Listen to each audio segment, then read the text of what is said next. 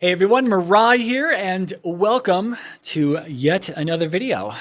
In this one, we're going to be talking about some computer hardware, more specifically capture cards, again. So I guess this is capture cards round 2. There have been some recent changes to my setup that have triggered this particular video, so we're going to talk about this. Obviously, it has to do with capture cards. So we're going to intro this a little bit. We're going to revisit some of the history on my capture card, my prior discussion. So for those of you who are not interested, then don't watch this video. For those of you who are not familiar with my setup, and those of you who have not watched my previous hardware capture card discussion video, I do have one. It will be linked in the description. It's like 40 minutes long, but don't be turned off by the runtime. There's a video table of contents in the description or the top comment of that video, just like there will be of this video as well. So this one's going to be a long one as well. I've got a little bit to talk about. I've got some notes here. I'd like to stay on track, if at all possible. So I do own a capture card. I do own the Magewell Pro Capture HDMI 4K Plus. I have to write that down or else I can never remember it. I have owned it for about a year and a half, so the past year and a half of all in-game capture that you've seen on this channel has been done with the capture card. In the previous video, I go over my trials and tribulations and my experiences with this capture card. Did I just give it away? It was my first capture card. We'll just give it away. But I did make a recent purchase here. I did get the AverMedia Live Gamer 4K. I did. I got 2 of them actually. Yeah, I got 2 of them. There's 2 of them here. Yeah, that's me. So why did I get 2, right? I mean, how many capture cards does one person need? Because currently I have 3 capture cards right now as I record this. But the idea here was that, first of all, I got a great deal. I got a great deal because I bought 2 of them. We're not going to talk about that any further, though. It was a great deal. We'll just leave it at that. However, I am about to step into the realm of streaming every once in a while. And so you clearly, as a streamer, you need to have a camera to show off your pretty face online to everyone watching, because that's what people are mostly interested in, whether you're ugly or whether you're attractive, right? That's what gets the tips. That's what gets the donations. So I'm hoping I fall more into the pretty category, right? Anyway,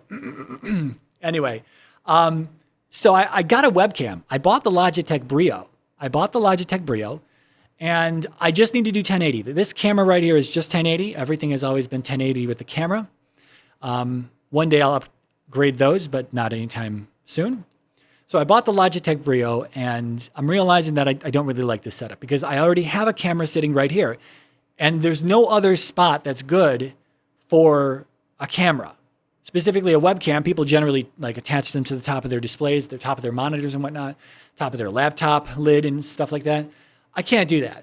That's too high. I have a big 4K display here in front of me, and the top of it is up here.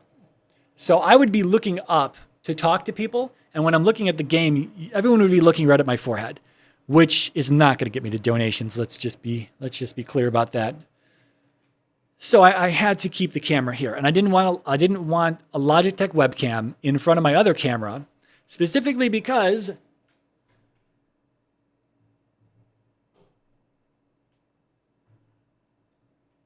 there's a display there.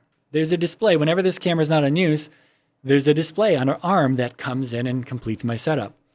So that webcam was just really in the way, and I felt that I could get better quality out of an actual camera. And if for some reason this camera sucks, then I'll upgrade this camera to something better, right? So, but it's always, ultimately what it came down to was I wanted to get a capture card for this camera. And I'm looking at capture cards, I'm thinking, okay, I just need a 1080, 60 frame per second capture card. Then I realized that there were some new contenders in the 4K area, and I'm thinking, okay, it's only a little bit more money to go with a 4K capture card, because what if the Magewell, because the Magewell was in use at that point, what if the Magewell dies? I don't have a backup 4K capture card. It would be useful to have one backup 4K capture card. And then I got to thinking, well, I'm going to test this against the Magewell. What if it's better than the Magewell? And some other things we'll talk about a little later in the video that the Magewell falls short on. I thought I could clear that up with this card, particularly the noise category, whenever we get to that later. And then I'm thinking, okay, well, if it's better than the Magewell, then I'm going to want one to replace the Magewell, and then I'm going to need another for the stupid camera. So I just bought two. And that's it. Can't just do things simply, right? You got to go above and beyond. So let's talk about why that is. Let's talk about something that's what's out in the market and whatnot. We're gonna talk about this card as well, compared to the Magewell a little bit. A little bit more technical in some areas than other reviews and whatnot. It's not. I don't want to. It's not super technical. There's still so much unknown that may or may not be relevant to you or even me. So let's just talk about history real fast. My history with capture cards. So I would assume that the vast majority of people who are streaming, who are recording, who are uploading to YouTube, gaming stuff-wise, they're using software to capture. They're using what I would consider same system software. So SSS, S cubed, if you will. Same system software, meaning the system that you're doing everything on, you're also using software on that system to capture either the desktop or a particular window. So, OBS, anything can do that. Whether you're still using old age Fraps, or if you're using Bandicam or Mirrorless Action or OBS or XSplit or DxTory or whatever the hell else is out there, right? There's plenty of stuff that'll capture your desktop and or a specific executable file, executable program, process, whatever. However, I was finding that software was falling short. Same system software was really falling short for me. As someone who likes to really turn up my settings, I'm an SLI user as well. I have a multi-GPU user as well. In the games where I can use it, obviously support for SLI and multi-GPU seems to be dwindling. And I think DX12 is offloading support to the actual developers of the game now. So if you want, I believe this may be incorrect information, but I believe that if you want SLI or Crossfire support in a DX12 title, that developer is now responsible for implementing that. So if that developer did not previously implement SLI and they've moved to a DX12 game, I'm looking at you, Blizzard. It's unlikely that SLI will continue to work in that game then. But anyway, I do still use it where I can, and so that can create problems for same system software recording. Sometimes Mirrorless Action in the past has said that they don't support SLI and that SLI can mess up their capturing. So, and it has for me in the past. What I was also running into was the fact that I multibox, and because I run very high settings where I can, that obviously draws a lot of resources from the machine. On top of that, then, I would be using same system software to capture whatever I'm doing. I'm playing at 4K. I have a giant 42-inch 4K display in front of me. So not only am I playing at 4K and then even multiboxing at 4K, I'm trying to capture at 4K as well. It just didn't really work out all that well. I was running into problems and stuttering issues and just running out of resources, right? I mean, you can only buy I guess right now you can buy 16 core, soon to be 32 core, 64 thread chips from AMD. But I mean, back when I was doing all this, I only had 6 core 12 thread or 8 core 12 thread, 8 core 16 thread solutions at my disposal that were obviously, affordable solutions. So that's what I was working with when I first moved to hardware capture. In addition to that, software generally falls into the variable frame rate category. And I go into this in a previous video, but variable frame rate is nothing short of a nightmare for me. I have a separate camera that I have here. I have a microphone. This is recorded separately. The camera is recorded separately. Whatever is recorded on the game and the screen is recorded separately. I like that full control. I like to be able to make adjustments to the camera if I need to change the lighting without having to mask out a certain section of the screen and work with lighting in there without having to try to separate, you can't separate audio channels. So now I have a separate audio channel. This is one audio channel. Whatever's recorded in the game is another audio channel. So I like to have all this stuff separate so I can make tweaks and changes to it where necessary, where need be. And I can't do that if I just merge everything together into that. That's the problem with variable frame rate, is that when I'm trying to sync all this together, it causes problems. Whereas some people who just, like if you're streaming with OBS, you obviously merge all of this stuff, right? I mean, it's just one layer. The game, the camera, the mic is included with the game audio. It's all just included. It's just one single file being streamed to whatever site. And if I'm streaming, great, that has to be the way that it is. But if I'm recording locally and I'm doing these types of videos and other tutorial videos and whatnot that I do, I like to have all these channels separate. And variable frame rate was making that a nightmare, syncing all of that up. So I wanted to move to hardware capture where I knew 100% I could force a constant frame rate no matter what. No matter what.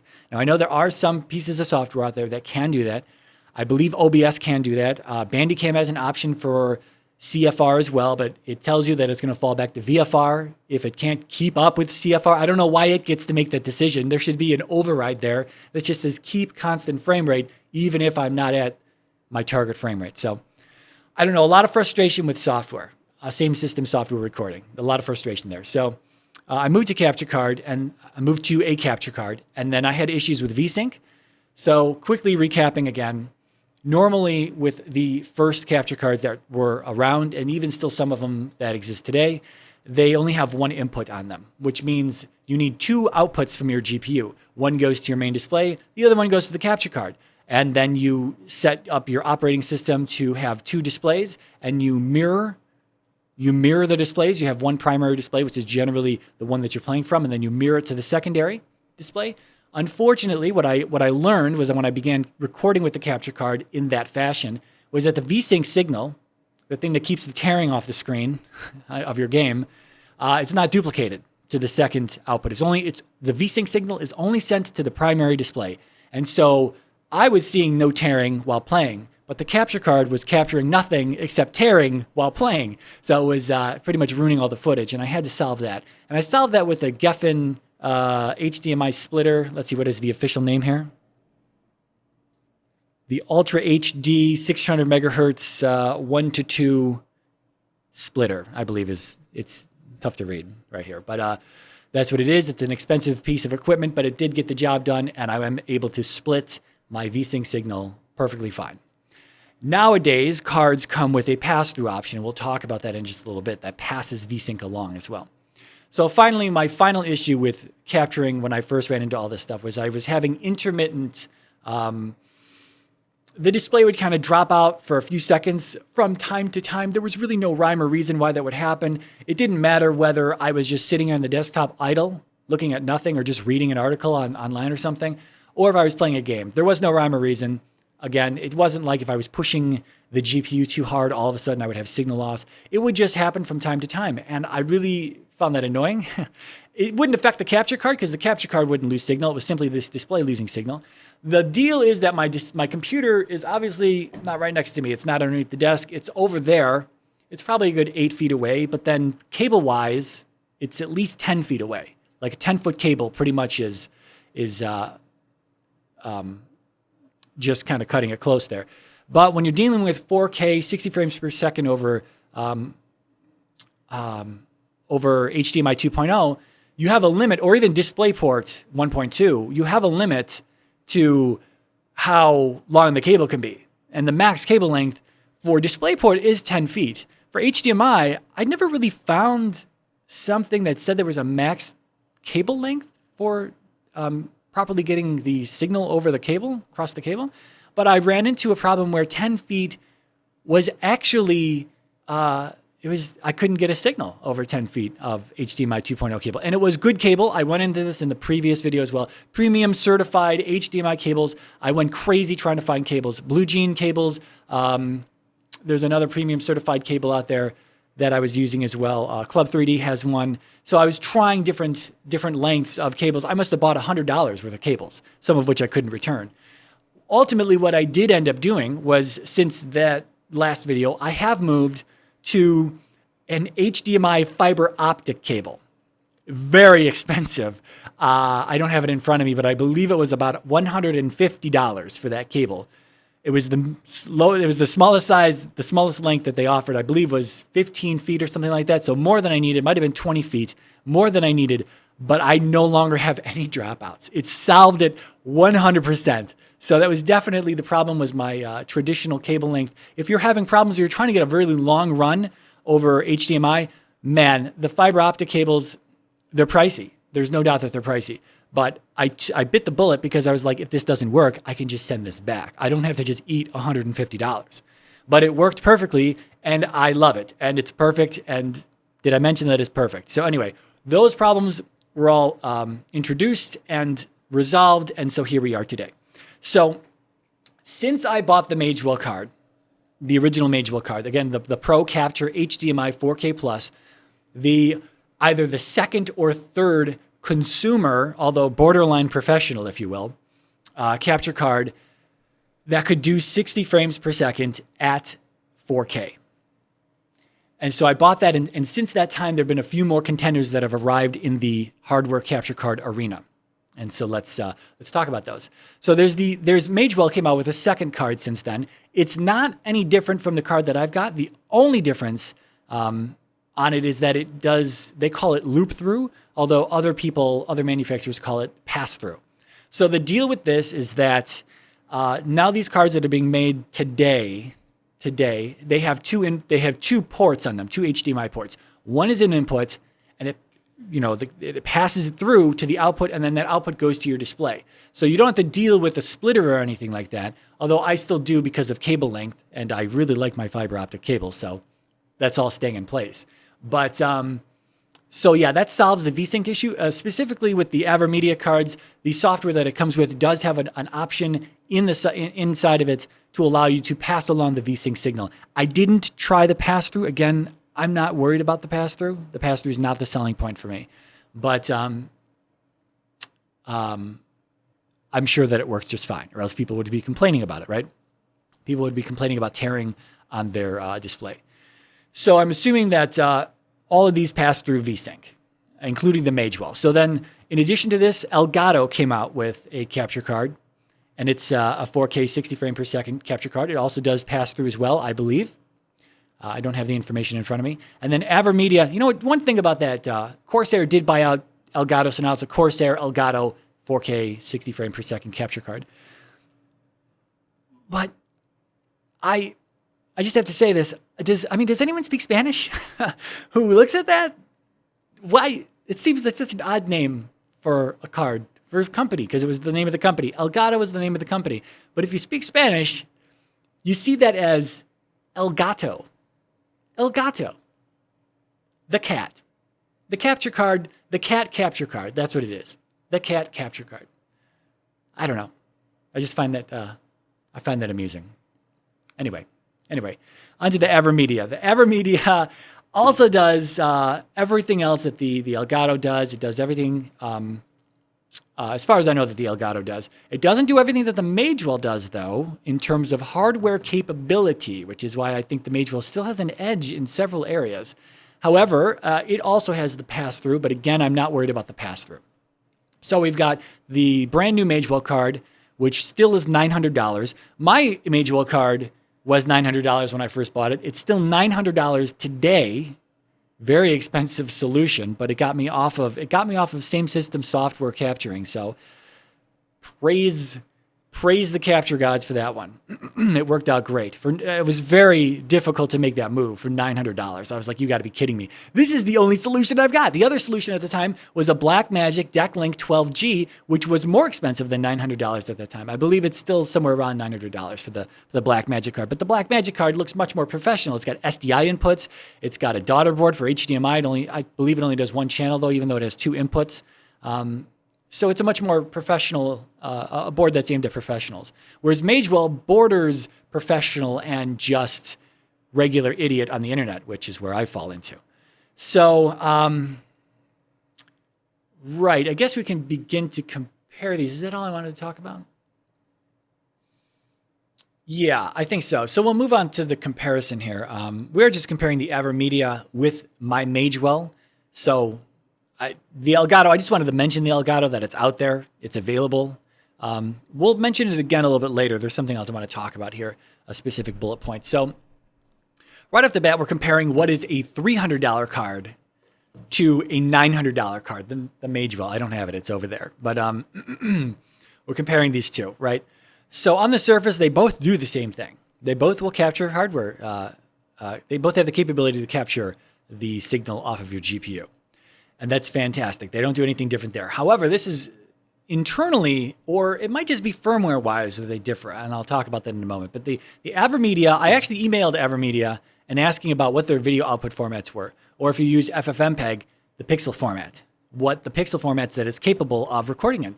AverMedia never got back to me. Dicks. So I just had to buy the card to figure it out. That's probably their strategy. Just ignore all emails and just hope that people buy the cards looking for the answers. So the AverMedia can do NV12, which is 420. It can do YUY2, which is 422, and it can do RGB, which is 444. It can also do its HDR 10-bit P10. I'll put it up on the screen. I don't have the information available. It's another format that captures HDR 10-bit. The Magewell, on the other hand, has the edge in this sector. So the Magewell can do, I've got it all here listed in front of me. The Magewell can do NV12, I420, and YV12. That's in the 420 chroma subsampling area. It can do YUY2. It can do YUYV. It can do YUVY. You can find all this information. It'll be up on the screen, right? So it does 444 in all of these. I'm not going to name them, of course. BGR. BGR is RGB. It's just reversed letter. There's a slight difference. I don't know really what that is. I don't think it matters, but maybe it does for you if you're like super professional, man. And of course, then it does 10-bit capture as well for V410 and Y410. And it says more formats are supported via the Capture SDK. So that's right off the bat, the video output formats that it has built right into it. It's got the edge there. It's got the edge. If you're like this professional guy who has equipment that is going to benefit or is going to need these particular capture formats, then this is, and you don't want to be messing with conversion of pixel formats and whatnot, then this is, you're going to have to go with the Magewell. The thing I want to point out here, though, is that someone, I believe I read this somewhere. I could be wrong, though. I could be wrong. I thought I saw that someone had said that the AverMedia card was the first card to capture HDR, 10-bit HDR. That is obviously not true. I knew this since when I knew this, that I could capture 10-bit from the beginning with this Magewell. Obviously, I don't have a 10-bit capable display, so it doesn't really matter. I can't utilize that. The Magewell really has much more capability than what I would ever need. That's why it was very difficult to make this move in the first place. It was so capable of doing all these things, and I was like, I don't need all of this, and it's $900. Come on, Magewell, don't you have like a $400 or $500 solution? That was a year and a half plus ago. December 2016 is when I bought the Magewell card. So it's been in use for over a year and a half at this point, somewhere around a year and a half, yeah.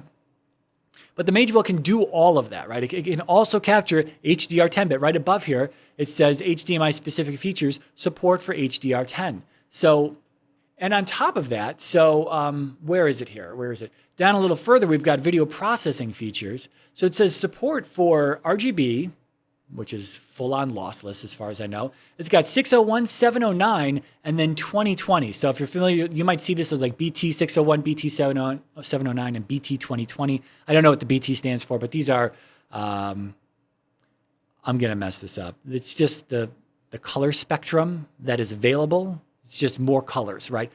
But this is stuff that probably doesn't matter to anyone using just YouTube or just streaming.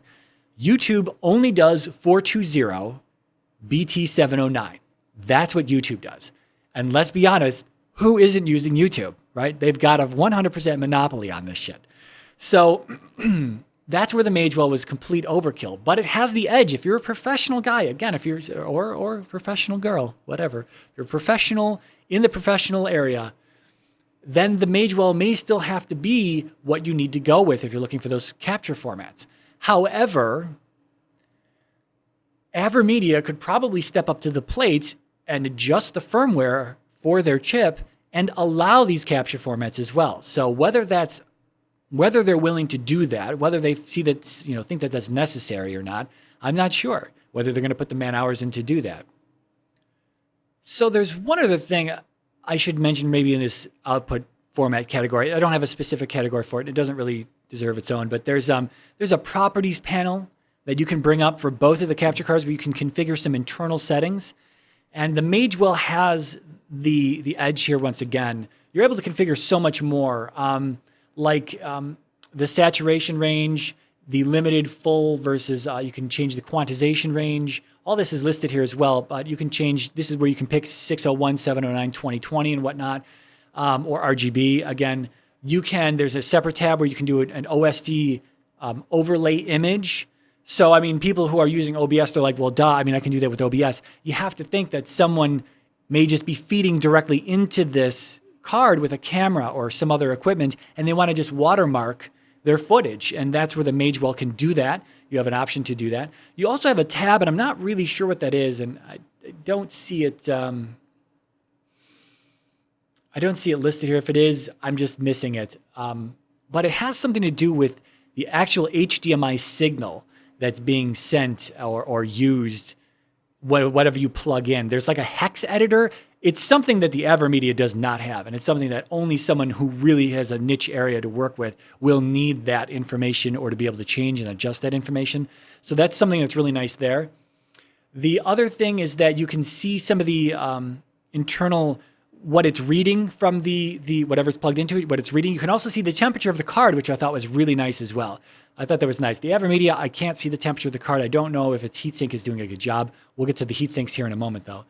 And then the AverMedia, the Magewell also has a few sliders you can adjust, like saturation, contrast, brightness, stuff like that. But the AverMedia has that as well. The AverMedia also has... actually, I think that's all you can configure in the AverMedia is just those sliders. So the OSD image overlay support is not there in the AverMedia. The HDMI signal itself, whatever that is, I'm misrepresenting that, but it's something to do with the HDMI signal specifically that's being sent to the card. That is not exposed in the AverMedia card. And all of that extra internal information, including the temperature of the card, is not available on the AverMedia card. But again, here's where we come to firmware. If AverMedia wanted to put in the effort to get that stuff into the properties panel or available somewhere else, either in their software or being able to be read from somewhere, some sort of temperature probe software, even like hardware info, that would be really cool to be able to probe, use hardware info to probe the capture card temperature, just to know whether it's getting hot or not, right? So, right, the Magewell has the edge in those areas. So when we move to heatsinks, though, heatsinks, this has its own special category because it's kind of important to me. So the Magewell has a fan on it. It has a heatsink and it has a fan on it. The updated Magewell card with the loop-through or pass-through option has a larger heatsink with what looks like the same size fan. So maybe the fan on the newer card, the newer Magewell cards, they spin a little slower and they don't make as much noise. But I do believe I talked about this in the previous video where I talked about the Magewell card. The fan on it, it is audible. It does make noise. It's tiny. It spins at one constant RPM. It never shuts off. It is on 100% of the time that your machine is on.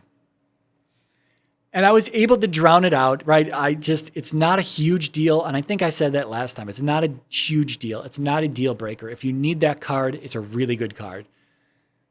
However, now that the AverMedias are in there and the Magewell is not, I do notice that it is much quieter in this room now. It's so nice because I do water cooling. If you're not familiar with my setups, both of my machines are water cooled, so everything is really super silent. If you're hearing any background noise right now, it's the stupid air conditioner that's in the wall over here. So that's the only thing that makes noise these days.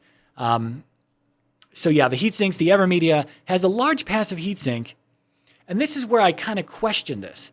Why did Magewell not only implement the fan one time, but even a second time on their second card? When they reworked the card, they still kept the fan. The fan is a failure point. The fan is a crutch, so to speak. A fan is a bad thing because not only does it make noise, it's irritable, but if it fails, then the card is probably going to potentially overheat, I guess, right? I mean, why is the fan on there to begin with?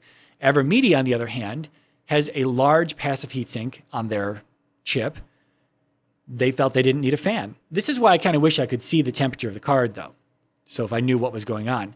But Magewell felt that they needed a fan on their setup to keep their chip cooler. And it makes me wonder, longevity-wise, the lifespan of this card, of this AverMedia card, is that large passive heatsink going to be able to handle this? Or was it because the Magewell could do so much stuff that it got hotter, and so they wanted the fan? I don't know. These are mysteries that will probably never be answered. Probably never be answered. But they're questions to look at. You know, the fan is slightly noisy. There's no doubt about that. But if the fan is necessary, then I'm okay with that. Yeah, I'm perfectly fine with that design. So I'm not sure, right? I'm not sure, but it's an open-ended question, but it's a mystery nonetheless. Okay, so the next category is lighting. And I guess we can just start with the Magewell. The Magewell doesn't have any lighting on it. Not any RGB fancy, aesthetically pleasing lighting, right? Or visually pleasing lighting. It does have one LED on it though, and it is a signal indicator. And this came in very handy for me. The Magewell was plugged in at a spot where I could just look up and above.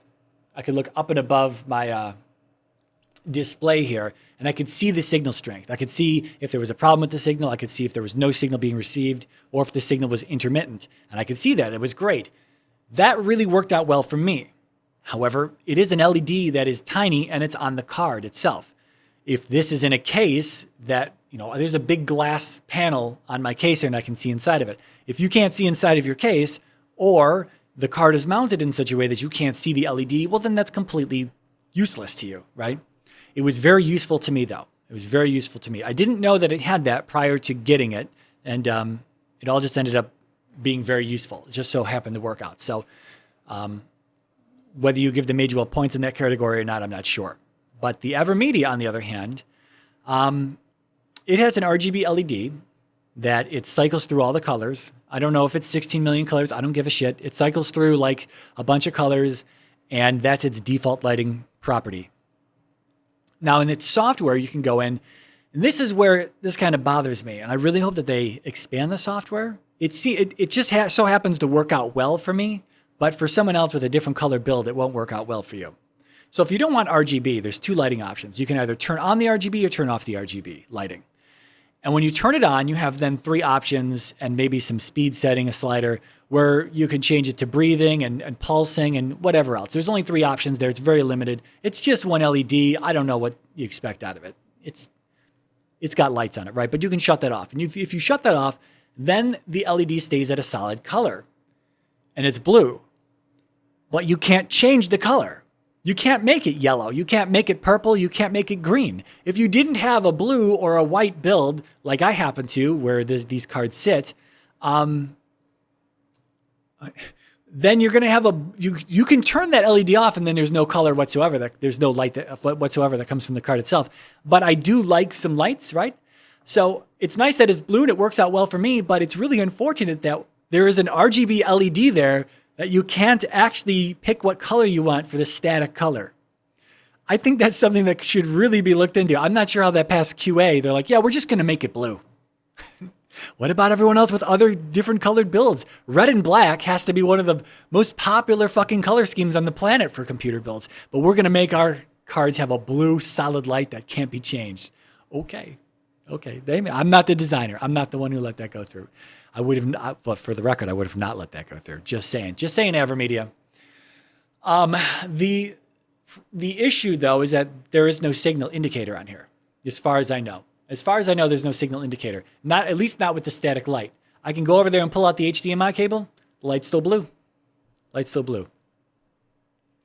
You know what? I'm going to double check that right now. Else I'm going to eat my own words. Hold on. Yep. Light does not change colors. There's no status indicator with a solid LED in there, with a solid blue light.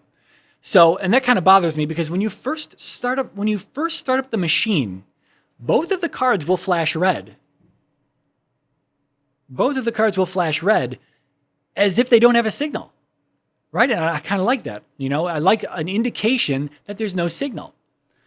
And it doesn't do that. Once the machine boots up and gets past the BIOS and Windows starts up, and then they go blue. And they never change colors. So whether I'm really, dogging on this, whether I'm really trying to drive this home and it's not really necessary, it is a very small thing, but with the indicator that if I hadn't had the indicator on the mage wall, I probably wouldn't even give a shit about it. This probably wouldn't even be a category, but it is a category now, and there is no lost signal or intermittent signal indicator on the card itself. That would be really nice if they could build that in, so that and you could turn it on or off, right? So it'd be really helpful if one of my cards would show whether I had a lost signal or not, which was useful because of the mage wall. So there's that. That's really nice. But that's it for lighting. Okay, so the final thing we're going to talk about here is bitrate. And some people might be shrugging their shoulders. Bitrate? Why are we talking about bitrate? What does that have to do with anything? Well, I saw some reviews out there, and I also saw some specs listed that said that there were maximum bit rates that these cards could use. Specifically the Avermedia and the Elgato. We're coming back to the Elgato. So the reviews of the Avermedia talk about, some of them, talk about how the maximum bit rate they can record at is 240 megabits per second. And on Corsair's site, the Elgato is listed at only having a maximum bitrate of 160 megabits per second. Now, just to be clear, for streaming in any resolution, 4K, 1440, 1080, that is more than enough. Both of those, 160 is more than enough, 240 is more than enough. So what I'm worried about, though, is local recording, because sometimes, depending on the detail of the scene that I'm recording and the game that I'm playing, I can eat more than 240 megabits per second sometimes. So I was worried that 240 was going to limit me. And maybe I'm crazy, though, right? Maybe I'm crazy. So I got these cards, and lo and behold, you can do more than 240 megabits per second. I assume it's the same with the Elgato card as well. So what the deal was that people were looking at the software. So the Avermedia has the RE Central software that comes with this. I don't use that. I looked at it very briefly, but I believe in there is where you can set the maximum bitrate of 240 megabits per second. So I assume it's the same in the Corsair Elgato as well, because it, I'm sure, comes with software. And I'm guessing that the maximum it can be set to is 160 megabits per second. However, if you use OBS or you use FFmpeg or some other software to tap into the card, you can capture at a higher bitrate than that. And I will have, we'll do a demonstration here in a moment. But I do want to also point out that some people were saying that they set it to 240 in the Avermedia software. They set it to 240 megabits per second. And their output files were not 240 megabits per second. And I just need to point this out. The fact of the matter is that bitrate is not CBR. It's not a constant bitrate. It is variable. Whether they're using VBR or CRF or CQP, I don't know, right? I don't know what they're doing internally. But because it's variable, that means that unless the scene that is on the screen calls or has a lot of detail, you're not going to get the full 240 megabits per second. So for anyone watching that is interested in that or is going to buy that in the future, and you set it to 240 in the Avermedia software, but your files aren't of a 240 bit rate, and that's why. That's why, because the scene didn't call for it, right? If you have a super high detailed scene, you're going to hit 240, just like I can push beyond 240. In fact, when I record lossless, which I have learned that I can record lossless, although to be fair, it's not 444 lossless, just to be clear.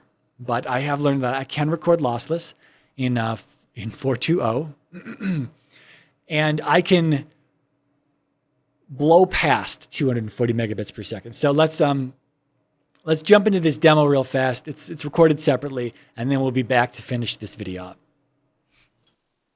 Okay, so here we are in World of Warcraft, and we're out in the Suramar zone, which is a fairly detailed zone. There's also an FFmpeg command prompt overlay here. And the reason I'm showing this is simply because we can see the bit rate that we're recording at. And FFmpeg shows it in kilobits per second. Now, at quick glance, it looks like we're recording at about 140,000 kilobits per second. And that means we're recording at 140 megabits per second. And that's normal, right? Totally normal. But upon closer inspection, we can actually see that we're recording at over 1 million kilobits per second. And as I continue to walk around here and spin the camera, I continue to eat through more bit rate. And we push over 2 million kilobits per second, or 2,000 megabits per second. Now that's a lot, and I have had this card up to about 3,100 megabits per second before I fill up the buffer and I begin dropping frames. It's not really feasible to use this anyway, simply because this video right here was just over a minute long and its size was just under 25 gigabytes. So it's not really something you would use other than just to play around with. But I did just want to show that you can push well beyond the 240 megabits per second that is stated on the site. As I imagine it comes down to the preset as well as the some of the other recording options that you use alongside that preset. So there you have it, 2,000 plus megabits per second using lossless. But again, to be fair, it is 420, not 444. I did pretty much work on my NVENC presets. It's great for local recording, but for streaming, which I'm hoping to get into in the near-ish future, I am trying to dial in my libx264 settings for streaming, because I hear from what I'm reading on the internet is that NVENC is very inefficient. However, having gigabit internet at this point in time, it doesn't really matter how inefficient things are, because even if the stream, even if it's pushing 140, 180 megabits per second, 300 megabits per second, I can upload that. My upstream is capable of that. I've got 1,000 megabits per second at my disposal, and it's absolutely beautiful. Absolutely beautiful. So really, I may just stick with NVENC. Maybe, maybe not. I would like to dial in libx264. I do just find this stuff interesting. I do find it interesting. I'm trying to dial in some better settings. There's still a few issues with my own personal settings that I'm using for YouTube. You may have noticed some of it in the videos that have been playing in the background, but I'm still working on it. I'm still trying to just fine tune and figure out that last thing that I'm missing. I hope it's just one more thing that I'm missing, and I'll be able to then have some really nice crisp quality. But I guess an update from the whole libx264 thing. I was having a problem before. I mentioned this, I believe, in the prior video. I did have a 4930K. That's a 6-core, 12-thread Intel CPU. That was clocked at 4.2 gigahertz previously. And I was talking about I had to use NVENC for my hardware capture because I could not use the CPU. 6 cores and 12 threads at that time, over a year ago, could not keep up with 4K 60 frames per second, even at the ultra-fast preset. I couldn't do it.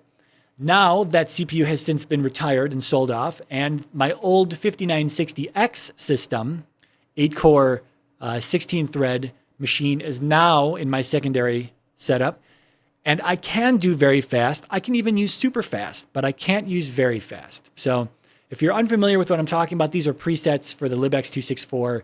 I guess it's a library. Lib would be library, I guess. Yeah.